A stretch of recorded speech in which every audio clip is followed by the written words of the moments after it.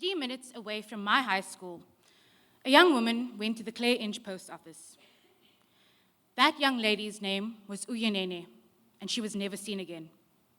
She just wanted to fetch a parcel. In South Africa in 2022, it was estimated that an average of 9 women were murdered each day. 14 years ago, a 6-year-old girl experienced being catcalled for the first time. She was in a school uniform in front of a bus stop near her primary school when she heard a whistle.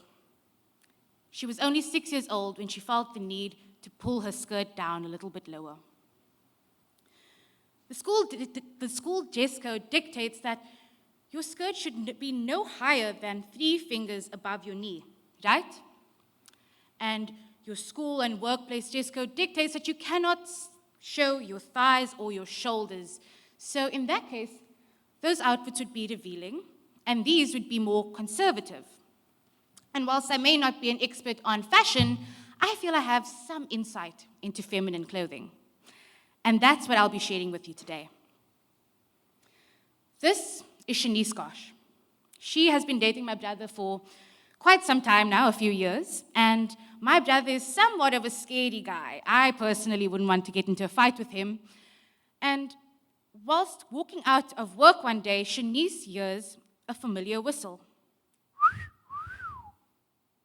She turns around and thinks, surely this can't be for me. Surely I can't be working with somebody this vulgar. And another whistle. She's holding onto my brother's hand, and my brother whoops his head, anxious and ready to beat the living daylights out of the sky. But Shanice just squeezes his hand and tells him it's not worth it. This is Tyler. One day she was pushing a pram and she hears the familiar whistle. Does she speed up, endanger her baby in the pram? No, she just prays that he doesn't chase after her. This is MJ.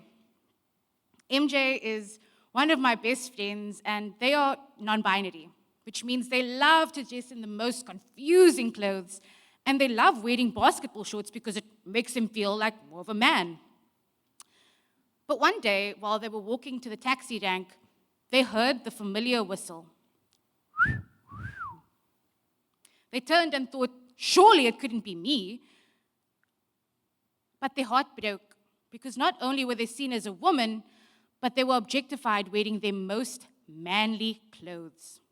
Could they not be invisible, even when dressed as a man? This is Kai. Kai is also one of my best friends, and he's a transgender man. Kai has spent his entire life yearning for masculinity, and he dresses manly because it makes him feel better. And he has told me that he feels a lot more respected, more acknowledged than ever before, and when he gets into an Uber, the driver greets him instead of winking at him. But even that couldn't protect him, because as he crossed the street to the club, he hears the familiar whistle. He turns around, and an old man is making a crude gesture at him, and he walks away broken. This is Jenna-Lee Ewers. This is my mom. I've been in a car with my mom where men have hooted relentlessly at her, trying to get her attention. This is a mother of 4, wearing her most comfortable clothes in a car full of children. And yet they still hooted and hollered. I have held my mom's hand while men have screamed profanities at her. And I felt my mom pull me closer towards her, use her body as a shield against their calls. She tried her best to protect me. And this is Mia Ewers. She is my 14-year-old sister. Only 14.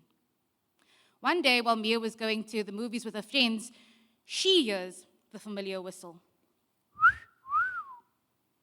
She turns around and sees an old man staring down at her. She had just turned 14, so not only was it perverted, it was pedophilic. Mia sits outside in her school clothes and hears whistles from men double her age. She's not safe, even in front of her school. And I try to protect her. I beg her to just cover her ankles, but I know that even that's not enough. And this is me. As a young girl, I was taught to always wear longer skirts, and even though I was always very obedient, I would still hear that familiar whistle. Outside of schools, churches, bus stops, restaurants, shops, it never ended. How was little Jenna supposed to know that an old man would be staring at her? How was little Jenna supposed to know that Interpol had named our country the rape capital of the world, with a woman being raped or sexually abused every 25 seconds? And so I wear baggy jeans when I leave the house, hoping that it hides my femininity. But I realize that even if I wear the most conservative clothes, I still hear that scary whistle that tells me I'm not safe. So I wear whatever I want, because I know that no matter how short my skirt is, it only matters if the man decides to do something about it. And according to statistics, they always do.